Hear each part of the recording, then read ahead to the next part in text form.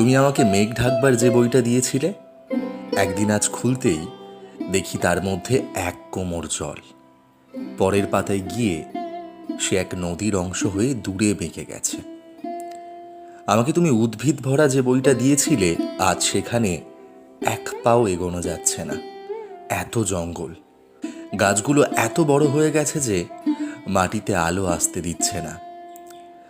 তুমি আমাকে ঝর্ণা শেখবার যে বইটা দিয়েছিলে, আজ সেখানে মস্ত এক জলপ্রপাত লাফিয়ে পড়ছে সারাদিন।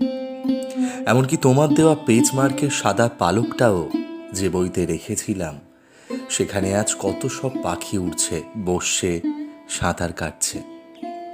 তোমার দেওয়া সব বই এখন মরুভূমি আর পর্বতমালা, সব বই আজ সূর্য, সব বই দিগন্ত। অথচ আজকেই যে আমার লাইব্রেরি দেখতে আসছে বন্ধুরা, আমার পড়াশুনো আছে কিনা জানার জন্য, তাদের আমি কি দেখাবো? তাদের সামনে কোন মুখ নিয়ে দাঁড়াবো আমি?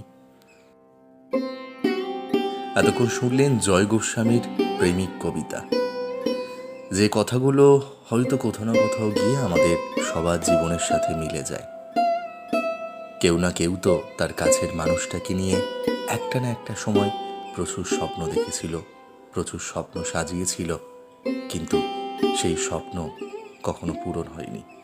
যে স্বপ্ন তারা সাজিয়েছিল, সেই স্বপ্ন তাসের ঘরের মতন ভেঙে চুরমার হয়ে গেছে।